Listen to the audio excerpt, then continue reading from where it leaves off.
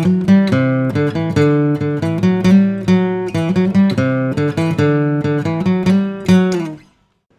1 2005 में जब ये इमेजेस बाज़ार का आइडिया आया था, ये जो वेबसाइट है, इस पे काम शुरू हुआ। 1 साल तक दिन रात इसके ऊपर काम चलता रहा। और 1 साल बाद में 2006 में जब इसको लॉन्च किया तो it was a complete disaster, it was a failure. मैं रोज़ की तरह वॉलीबॉल खेला अपने फ्रेंड्स के साथ में। उसके बाद में मेरा एक रूटीन था कि मैं और मेरा एक friend, one of my childhood friends, हम दोनों रात को वॉक करते थे 11 बजे। तो मैंने उससे पूछा, मैंने कहा यार एक बात बता, चक्कर क्या है? मैंने तुझे इतनी बार देखा है कि तेरी लाइफ के अंदर इतनी मेजर प्रॉब्लम्स आ जाती हैं, लेकिन अगले दिन तू फिर नॉर्मल हो जाता है। वो कहता है यार देख बिल्कुल साफ है, जिस दिन ऐसा कुछ होता है, जब मैं कुछ सोच रहा होता हूँ कि ऐसा होना चाहिए और वैसा नहीं होता, उस दिन तो मैं डिप्रेस हो जाता हूँ, लेकिन अगले दिन मैं नॉर्मल इसलिए हो जाता हूँ क्योंकि रोज़ रात को पिछले 4 साल से मैं गाना सुनता हूँ। तो मैंने कहा यार उससे क्या होता है? कहता है अभी बताता हूँ क्या होता है, लेकिन कहता है मैं तेरे को गाना नहीं बता सकता कौन सा है, तू बहुत हंसेगा यार, तू मजाक उड़ाएगा मेरा। मैं कहा नहीं बोलना कौन सा गाना है। कहता मुसू मुसू हासी देव में लई लई।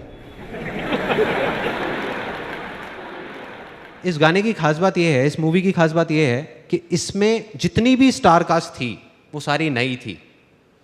मतलब इसमें कोई भी पुराने एक्टर्स नहीं थे, सारे नए एक्टर्स और एक्ट्रेसेस थे।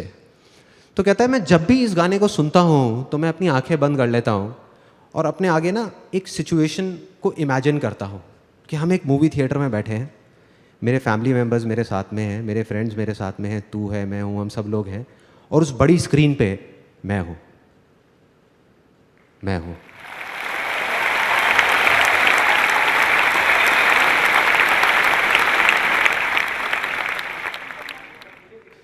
सो ये जो छोटी सी चीज़ सुनने में लग रही थी, ये मेरे को समझ आ गई थी कि कुछ बड़ा है इसके अंदर।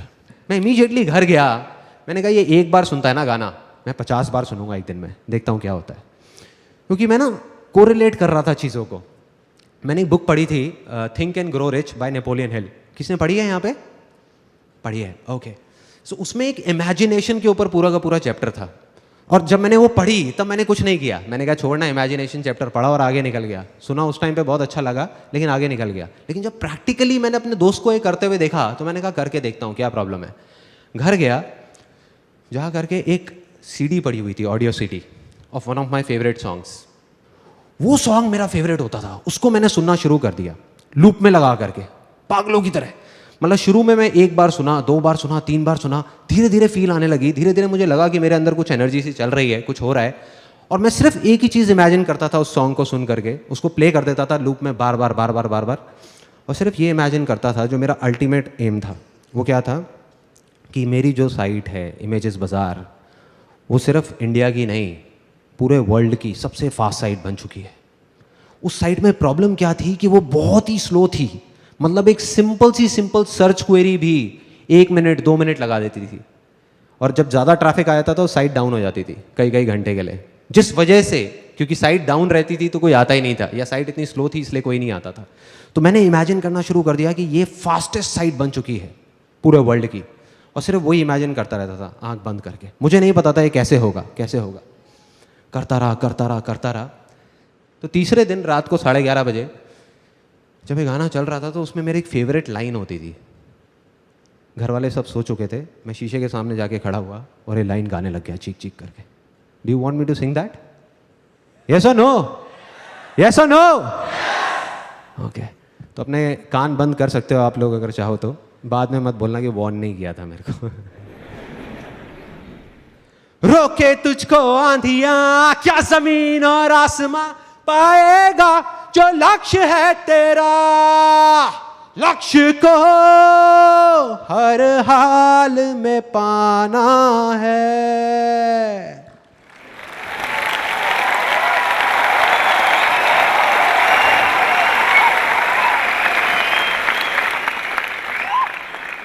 बड़ी अजीब सी लगेंगी ये बातें सुनने में, लेकिन मेरे को पता नहीं ऐसी अजीब चीज़ों में बहुत मज़ा आता है। तो ये जब किया, उधर से बाहर से मेरी मदर की आवाज़ आई, संदीप बेटे तुम अकेले नहीं रहते इस घर में। सुबह 6 बजे मेरी नींद खुली। मैंने ठान लिया, मैंने कहा अब जब तक ये साइट ठीक नहीं हो जाएगी, जब तक मुझे जवाब नहीं मिलेगा मैं घर नहीं आऊँगा, मैं ऑफिस में बैठा रहूँगा। 8 दिन तक पागलों की तरह नेट पे बैठ करके ढूंढ रहा था, जवाब ढूंढ रहा था कि क्या होगा, कैसे होगा, क्या करूँगा, क्या नहीं। और ढूंढते ढूंढते ढूंढते ढूंढते धीरे धीरे अब मैंने प्रोग्रामिंग सीखना शुरू किया। I learn the basics of programming on my own. I learn how to read codes, I learn how to optimize search queries. आप लोग मेरे से ज़्यादा अच्छे तरीके से जानते होंगे इस बात को। डेटाबेस जो डिज़ाइन था हमारी, जो पूरा का पूरा जो पीछे का स्ट्रक्चर था, वो बिल्कुल बेकार था।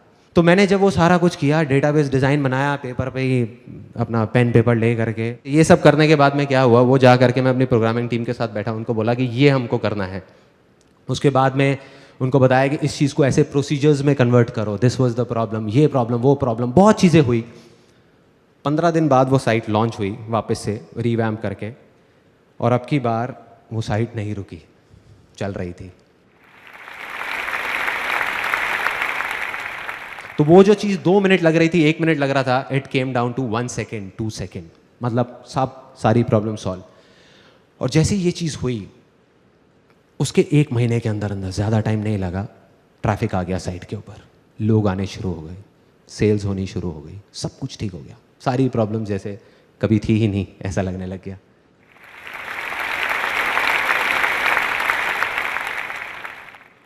डे 2, हम फैमिली के साथ सब लोग बैठे हुए थे एक रेस्टोरेंट में। It was in the year 2007। अंदर ही अंदर कुछ चल रहा था मेरे, there was something which was going on. और वो क्या था कि हमारा जो बिजनेस था, ये जो इमेजेस बाज़ार था, ये ना ग्रो नहीं कर पा रहा था। It was kind of stuck at the same level. जैसे जो सेल्स जब साइट ठीक हुई उसके बाद एकदम से ऐसे गई, then it was moving like this, एक स्ट्रेट ग्राफ की तरह, मतलब it was not going like this, ऐसे नहीं हो रहा था। उस रेस्टोरेंट से जब खाना खा के हम नीचे उतरे, तो मैं गया उस रेस्टोरेंट के ओनर के पास में, जिनको हम प्यार से मामा बोलते थे, मैं और मेरे सारे दोस्त। उनके पास में गया, मैंने कहा मामा यार एक बात बताओ, यहाँ पे हमारे एरिया में पता नहीं कितने रेस्टोरेंट्स खुले होंगे, उसमें से बहुत सारे तो बंद हो गए और कुछ हैं जो धक्का दे दे करके चल रहे हैं, चलते जा रहे हैं। लेकिन आप हो, आपने एक छोटे से सेटअप से शुरू किया था, एक सिंगल छोटी सी दुकान से, और आज आपने इतना एक्सपैंड कर लिया। मतलब पहले एक दुकान थी, अब आपकी ऊपर इतनी सारी दुकानें ले ली आपने, 2 फ्लोर्स ले लिए, और आप एक्सपैंड करते ही जा रहे हो, इतनी तेजी से ग्रो कर रहे हो। भाई चक्कर क्या है, क्या चक्कर है? मतलब कुछ ना कुछ तो है ना कहानी। तो जैसे एक नॉर्मल रिएक्शन होता है, उन्होंने कहा अरे बेटा कुछ नहीं है, सब ऊपर वाले की कृपा है। मैं कहा नहीं मामा, कुछ ना कुछ है, कुछ तो है। मतलब मैं नहीं मान सकता कि ऐसे ही, मतलब ये तुक्का नहीं हो सकता, ये नहीं हो सकता। और मैंने उनके मुंह पे बोला, मैंने कहा ऐसा भी नहीं है कि आपका जो खाना है वो बहुत टेस्टी है। मैं कहा there are lot of other restaurants जिनका खाना आपसे अच्छा है, फिर भी वो इतना नहीं चल रहे। कहते लगता है तू नहीं मानने वाला। मैंने कहा नहीं।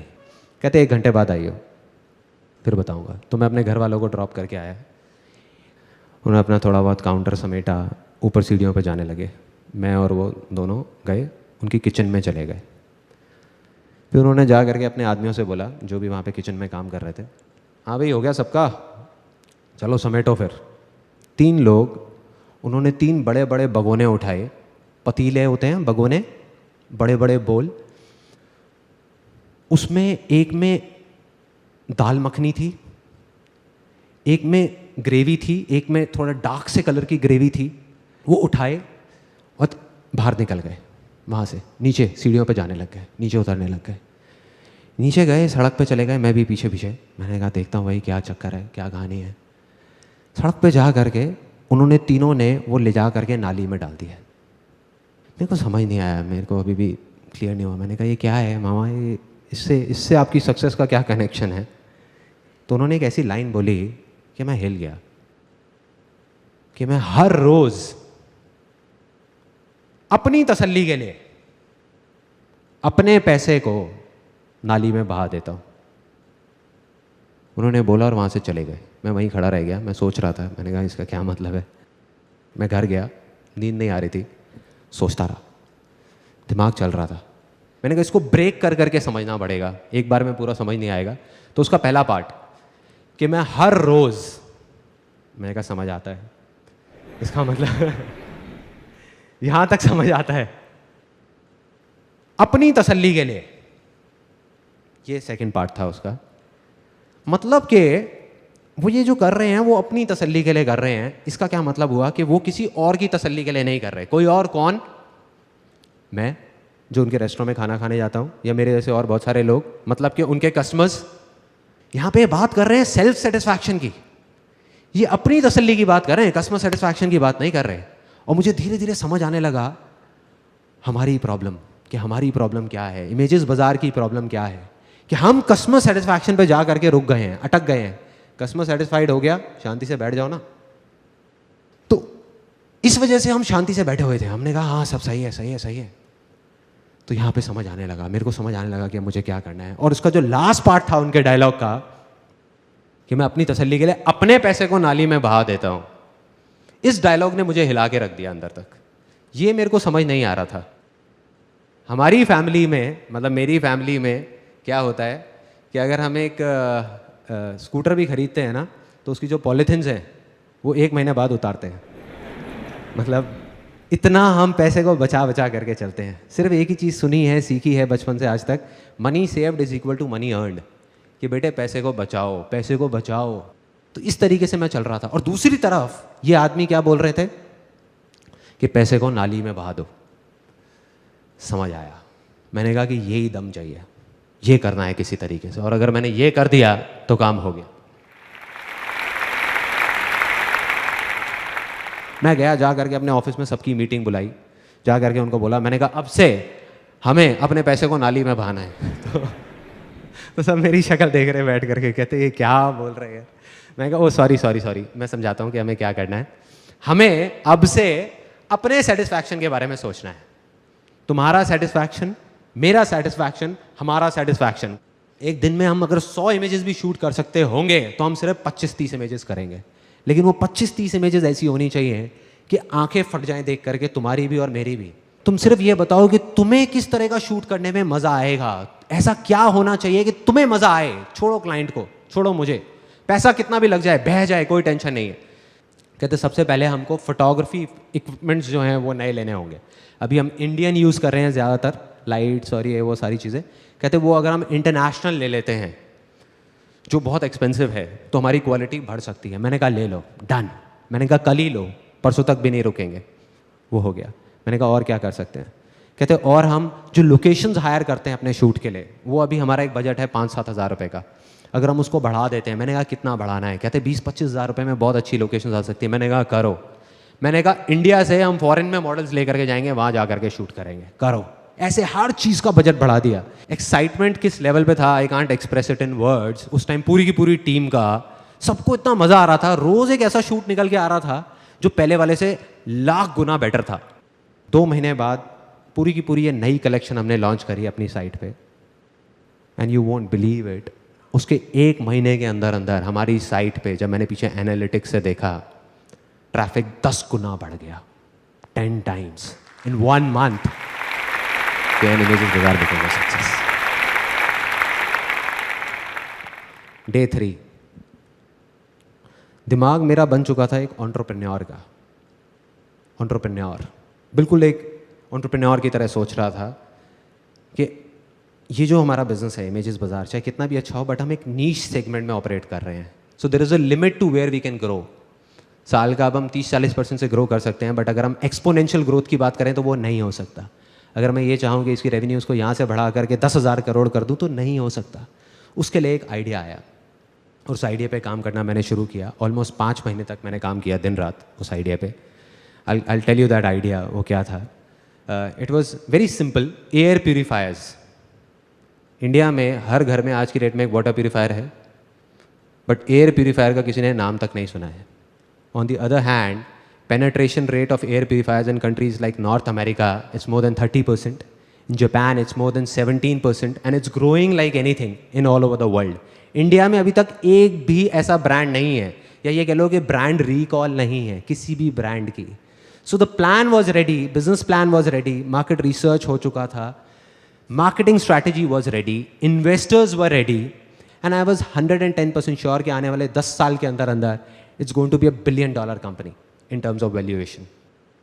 दिमाग ऐसे सोच रहा था, दिल कह रहा था कि मैंने अपने आप से एक कमिटमेंट किया था जब ये कंपनी शुरू भी नहीं हुई थी, इमेजेस बाज़ार, उससे काफ़ी साल पहले, जब मैं अराउंड 22-23 साल का था, कि अगर मैं ज़िंदगी में कभी कुछ बन गया, तब मैंने और बहुत सारे काम किए थे, बहुत प्रॉब्लम्स आ रही थी, फैमिली की कंडीशंस काफ़ी ख़राब थी, तो मैंने कहा था अपने आप से कि अगर मैं कभी कुछ बन गया ज़िंदगी में, तो मैं अपने तक नहीं रखूँगा उन सारे एक्सपीरियंसेस को, शेयर करूँगा पूरी दुनिया के साथ, वैसे लोगों के साथ जो मेरी तरह ही कुछ करना चाहते हैं।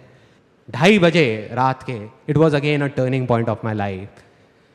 वो बिजनेस प्लान को मैंने फाड़ा, मार्केटिंग स्ट्रैटेजीज़ की पूरी फाइल बनी हुई थी उसको फाड़ा, जो इन्वेस्टर्स के सारे डॉक्यूमेंट्स थे सबको फाड़ा, ले जा करके डस्टबिन में डाला, अपना हैंडी कैम ऑन किया, मतलब मैंने अपने दिल की सुनी, दिमाग की नहीं। उस टाइम पे हैंडी कैम ऑन किया और जो मन में चल रहा था वो रिकॉर्ड कर दिया कि अब मैं ये करने वाला हूँ, वो करने वाला हूँ, मैं ये करूँगा, वो करूँगा। अगले दिन उसको एडिट करके यूट्यूब पे डाल दिया उस वीडियो को, और ऐड निकाल दी न्यूज़पेपर में, free life changing seminar by Sandeep Maheshwari. और एक ऐसी चीज़ करी जिसका मुझे कुछ नहीं पता था क्या होने वाला है, मन में डर था, बहुत कुछ था, लेकिन मैंने सिर्फ अपने दिल की सुनी, क्योंकि पूरी ज़िंदगी मैंने यही किया था। तो मैंने कहा अब मैं अपने दिमाग की नहीं सुनने वाला, और उसको करना शुरू किया। शुरू में बहुत छोटे लेवल पे, ऑफिस में ही एक छोटी सी जगह बना ली, वहाँ पे सिर्फ 20-25 लोग आते थे, मतलब कुछ था, मुझे नहीं पता था इसको करके क्या होने वाला है, पागलपन था, बेवकूफ़ी थी। ऑफिस में भी सब सोच रहे थे क्या हो रहा है, क्यों हो रहा है, घर वाले कह रहे थे क्या कर रहा है, क्यों कर रहा है, फ्री के सेमिनार्स, क्या फंडा है यार, और open to anybody and everybody, कोई भी आए, कहीं से भी आए। पहले 25 लोग आए, धीरे धीरे वर्ड ऑफ माउथ स्प्रेड हुआ, उसके बाद में 30-40 लोग आने लगे हर हफ्ते, 50 लोग आए, 100 लोग आए। उसके बाद में जगह कम पड़ने लग गई, तो हमने एक ऑडिटोरियम हायर करना शुरू कर दिया दिल्ली में, वहाँ पे हर हफ्ते के 400-500 लोग आते थे। उसके बाद में finally 20th October I conducted my last life changing seminar. और मुझे वो मोमेंट याद है जब पूरा स्टेडियम भरा हुआ था और मैं वहीं साइड में खड़े होकर के देख रहा था। It was kind of unbelievable for me. मुझे समझ नहीं आ रहा था ये हो क्या रहा है, कहाँ कहाँ से लोग आ रहे हैं, कौन कौन है, मैं किसी को जानता नहीं, पहचानता नहीं। और जब मैं वहाँ से नीचे उतरा तो लाइफ में पहली बार मैं रोया था। मेरे साथ में और हज़ारों लोग उस स्टेडियम में बैठे थे। कुछ ऐसा हुआ था उस दिन जो मैं अभी एक्सप्रेस नहीं कर सकता, मैं एक्सप्लेन नहीं कर सकता क्या था वो वर्ड्स में, लेकिन फिर भी अगर मैं कोशिश करूं एक्सप्रेस करने की, वो कुछ ऐसी है फीलिंग कि अगर अभी आप मुझे ऑप्शन दो कि या तो ये 10 प्राइवेट जेट हैं, ये मैं रख सकता हूं, या ये जो मेरी फीलिंग है, जो मैं अभी फील कर रहा हूं, या जो मैंने तब फील किया, ये सब करके जो मैं कर रहा हूं, इन दोनों में से किसी एक चीज को मैं रख सकता हूं और दूसरे को मुझे बस हटाना होगा, तो मैं एक सेकंड भी नहीं लगाऊंगा, आग लगा दूंगा 10 के 10 प्राइवेट जेट्स में। यह है मेरे लिए सक्सेस आज के टाइम में। क्योंकि ना मुझे अब जाकर के असली सक्सेस जो है उसका मतलब समझ आ गया है। वो ये नहीं है कि हम कुछ चीजें इकट्ठी करने के लिए, जैसे प्रॉपर्टी, कार, बैंक बैलेंस, कुछ चीज़ें इकट्ठी करने के लिए ज़िंदगी भर बस भागते रहें, और जो चीज़ें हमारे पास नहीं हैं उसको सोच सोच करके हम बस रोते रहें। ये नहीं है सक्सेस, ये सिर्फ एक ढोंग है, दिखावा है और कुछ नहीं है। असली सक्सेस है जो मैंने फील करी है,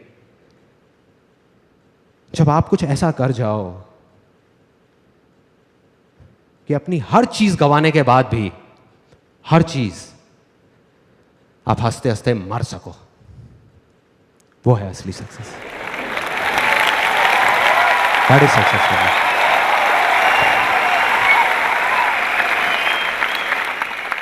थैंक्स।